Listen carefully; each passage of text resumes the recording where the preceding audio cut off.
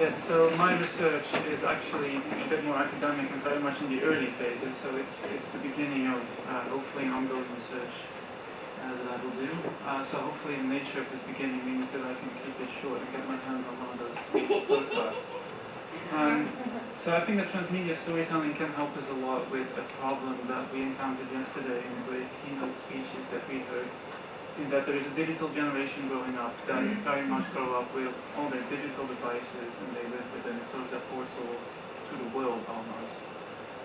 And that's what they live with, and it sort of is something that museums need to cater to, but don't always necessarily know how. So it's sort of, like Susan Brodher said a few years ago, is that the digital world and the physical world sort of create a sort of tension between each other.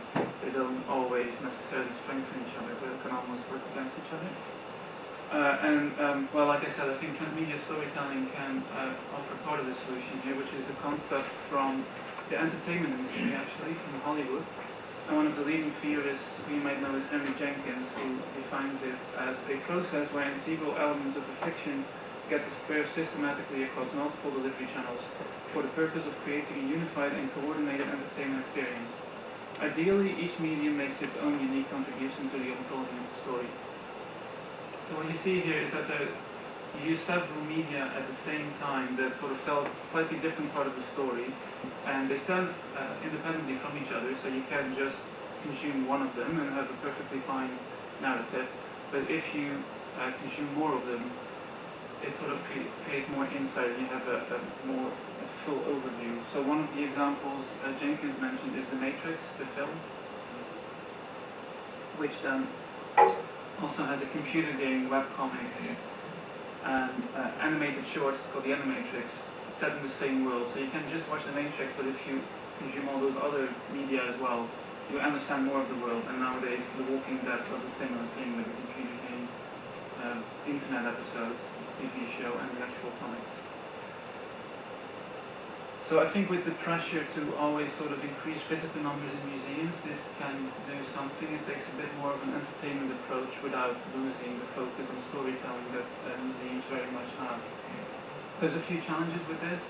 The first one, you look at this definition, is that it mentions a fiction, and museums don't exhibit fictions. Or well, there's been a few examples, but in the vast majority they don't. But if you replace fiction with narrative, I think it still very much stands as it is. The other is that we would have to see the museum as a medium, but this in itself would not be a new thing, because it does very much broadcast a certain story to you. You just have to walk through it instead of consume it from your sofa in the living room. So there have been some experiments with that before. So one of the first ones was in Germany, in Hausgeschichte in Baden-Württemberg. And Timo Strohmeyer in the exhibit, the Thief of History, also developed a computer-based video game that told a similar story to the exhibition, but it was also sort of an alternative story to the exhibition. So rather than just have the exhibition content online, he created this computer game that did say that the museum, the Hausgeschichte, was still very much the central medium in it. So to quote Jenkins again, he calls it the mothership, more from the entertainment point of view. So to refer back to yesterday's keynotes, the internet, when the internet got introduced, museums sort of started using it as an information system, and I think to an extent that is still true. So visitor information, ticketing, opening hours, they were all online. Things you can find on leaflets as well, in a way. Then the collections got put online, which is very much a good thing, and we saw a keynote about that yesterday. For people to access the collections online, but that also sort of poses a bit of a challenge for this digital generation I mentioned, that they can see everything online that they could see in a permanent collection of an exhibition. I think it was Jurek Bluchner who said that his 21-year-old daughter actually told him, why would I go to a museum if I could see it online? Now we are all somewhat immersed in museums here, of course, so we all know that there is a lot to get from going to a museum, but you need to find a way to get that digital generation to go into the museum to begin with. So handheld devices play an important role in that, especially smartphones. It's been mentioned in the previous talks as well. Everyone has a smartphone, and people walk through museums with their smartphone looking up information about the things they see.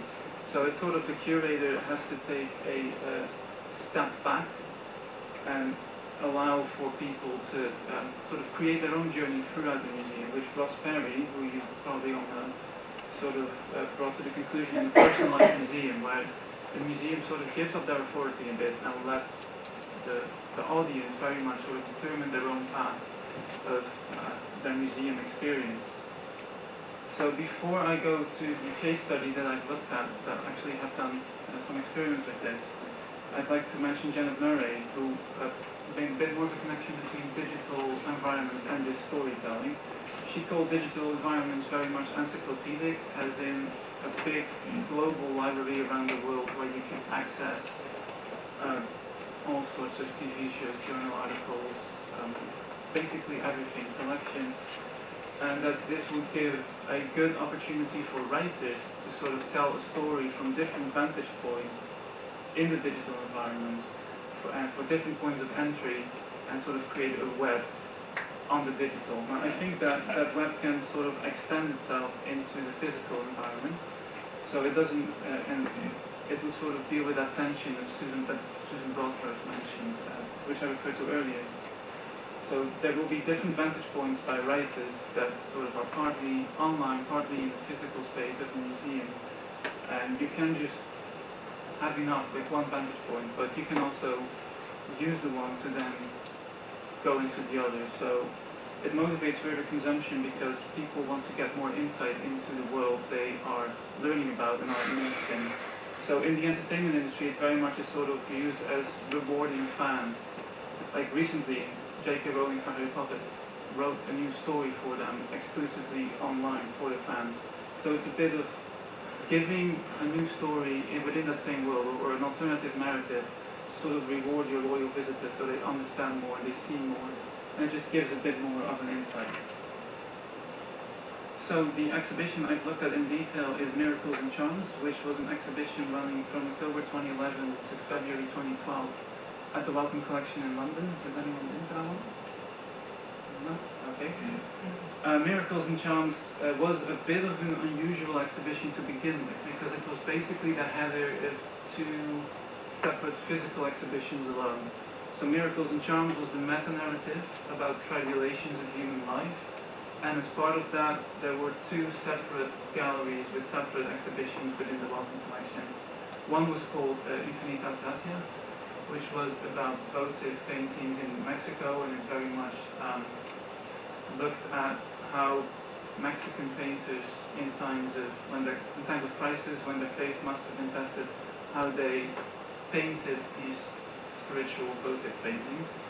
The other part was Charmed Life, which was about amulets from the Edwardian times in London, collected by Edward Lovett, which was an amateur folklorist, which then were collected by Felicity Powell, who is a contemporary British artist, who then complemented that again with her own artwork. So there was an art exhibition part of it as well, which sort of told a parallel story to the amulets. Now I don't really want to go into art theory, but you already see there were 3 different stories being told in the museum alone. So here you see the amulets on a big display. There were around 400 in the central gallery, as well as some of the artworks of Felicity Powell. And this is an example of the votive paintings that were in view in Mexican miracle paintings. Infinitas Gracias, this also came with a catalogue, which wasn't really an academic catalogue, or didn't pretend to be, but instead it sort of offered the paintings as postcard form, with a small explanation of what people were seeing. So it made it very accessible for someone with little knowledge or little academic background to understand what was going on. And visitors could also leave their own sort of crisis stories behind, which then got turned into votive paintings by contemporary illustrators, very much in this style, which then got added to the votive gallery online. Charmed Life, so the Amulets exhibition, had an interesting part added to it, which is where the Transmedia part really comes in, is that it didn't just have a film elaborate on it, it also had an app, and the app, which was available for Apple devices, sort of was a treasure hunt. So you could learn more about the amulets in their original space in London, where they were originally found, or where there was a connection to that amulet. So with an old map from London, which sort of was overlaid by Google Maps, you could go through London and go actually find out more information about those amulets. So you could go to Buckingham Palace, Hyde Park, St. Paul's Cathedral, and also other museums like the National Gallery, which had a connection to those amulets. And as soon as you enter an area where there was an original space with those amulets, you've got soundscapes, there were voice actors telling you more about the objects. There were excerpts from a book written by Edward Lovett, which was then also part of the exhibition. And once you've done all that, you sort of collected the amulet and it got added to your sort of in-app collection case. So it was sort of a Gala catch-em-all game element to it. So the good thing, what I think about transmedia storytelling in this is that people who just want to play a game, very much the app gamers, download this. It got favorable reviews from The Guardian, among other high-profile media.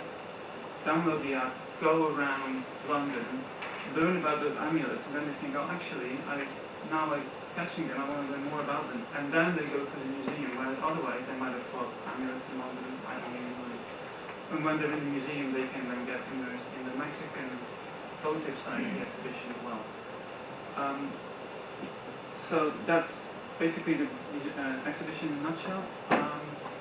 I would have liked to show you, so this is sort of Miracles and Charms in the center, and then you see the separate media that were around them, and I actually forgot to put the film in as well, so it was another. I would have liked to present you with some numbers as well.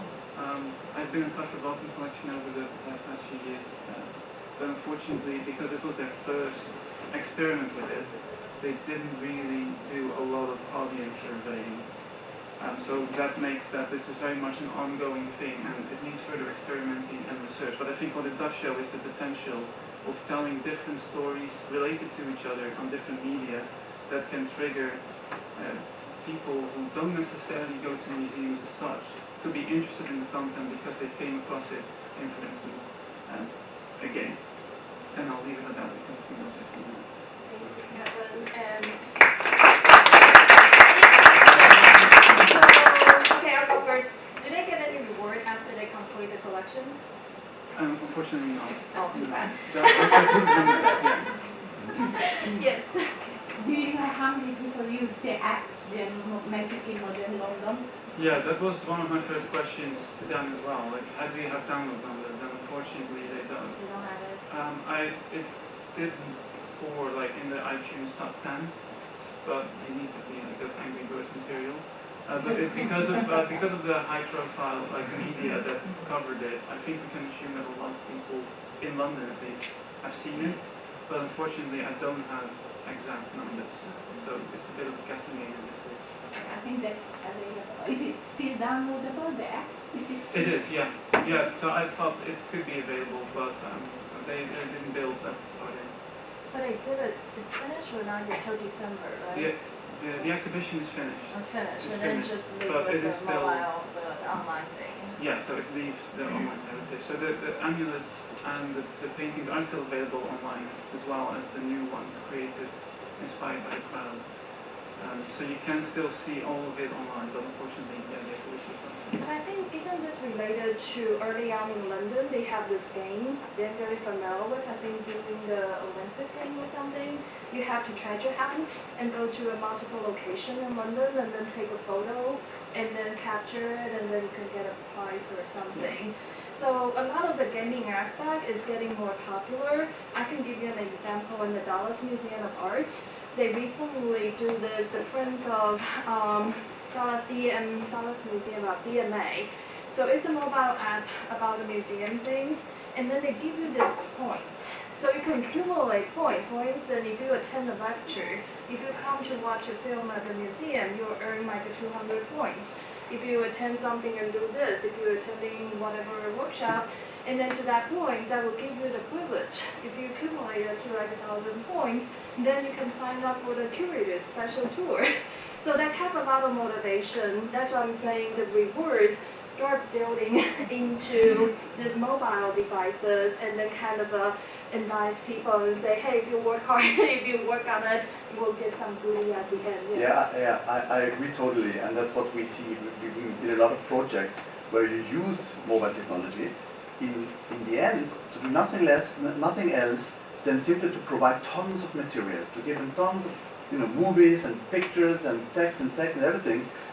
Though there is so much material in the exhibition. I don't know if you have been to the exhibition down there. A multimedia guide would be crazy because it's totally packed, it's overloaded. You don't need additional content here. But what you then can do is to do things like this. You're feeding in multiple channels. On the mobile devices, on the spot, on a different location, different time, different places. But what I want to say is the treasure hunt doesn't communicate like information. It engages the visitors to actively focus on what is already there in the exhibition. So I think that's another strategy, which is good. I mean, even for all ages, the kids can do it, or even adults would like to do it at the same time. Yes. One thing is extremely interesting, your focus on that. You said that gaming is becoming more relevant, and maybe we forgot also to focus on that in our project. We also have a game designer. So I think it becomes really important to do with all these research projects to involve people who are kind of having an expertise on that. The gaming people, yes, because particularly the kids game. I did a couple of years really on playing the Club Penguin and the Webkins. I don't know if you're in the the Webkins and the Club Penguin. It's really the kids online game. They really give you a lot of prizes. You have to work so many hours just to get that. And that kind of thing that you got, you cannot buy it. You can only get it by doing whatever they ask you to do. So it's a lot of strategy involved. So I think museum can definitely learn a lot from the gaming industry. So thank you very much.